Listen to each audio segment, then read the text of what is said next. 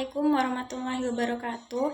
Nama saya Rizka Dewi Cahya dengan NPM 23031105. Saya dari kelas 1A Manajemen dengan dosen pengampu Budi Wicaksono MPD dari Universitas Asahan. Di sini saya akan menyampaikan poin-poin tentang sejarah perkembangan bahasa Indonesia.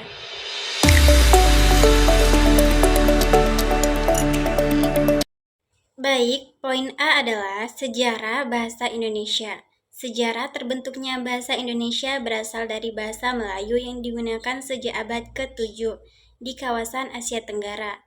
Salah satu bukti penggunaan bahasa Melayu tersebut dapat ditemukan di sebuah prasasti di Palembang pada 683 yang penulisannya masih menggunakan bahasa Melayu.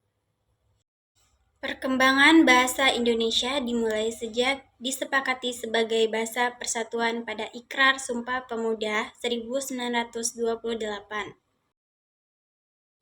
Selanjutnya kita masuk ke poin B, sumber bahasa Indonesia.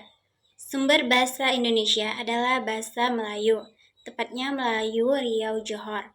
Bahasa Melayu ditetapkan dipilih menjadi sumber bahasa Indonesia.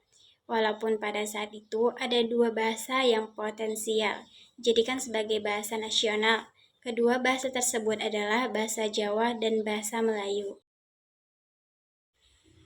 Lanjut, poin C, peresmian nama bahasa Indonesia.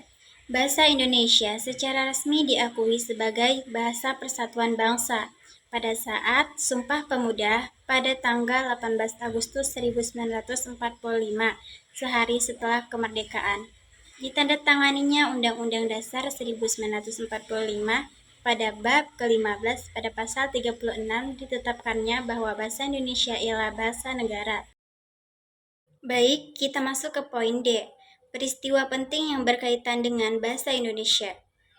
Pada tanggal 28 Oktober 1928, secara resmi Muhammad Yamin mengusulkan agar bahasa Melayu menjadi bahasa persatuan, yaitu bahasa Indonesia.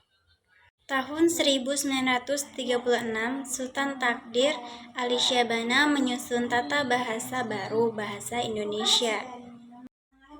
Tanggal 18 Agustus 1945, ditandatanganilah Undang-Undang Dasar 1945, yang salah satunya adalah Pasal 36, menetapkan bahasa Indonesia sebagai bahasa negara.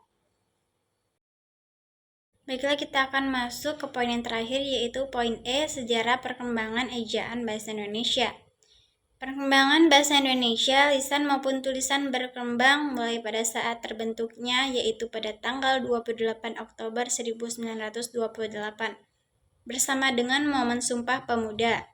Setelah terbentuk bahasa Indonesia, terus berkembang seiring berlakunya ejaan Van Ophuijsen, Soandi, Melindo, bahkan hingga ke ejaan yang disempurnakan atau EYD.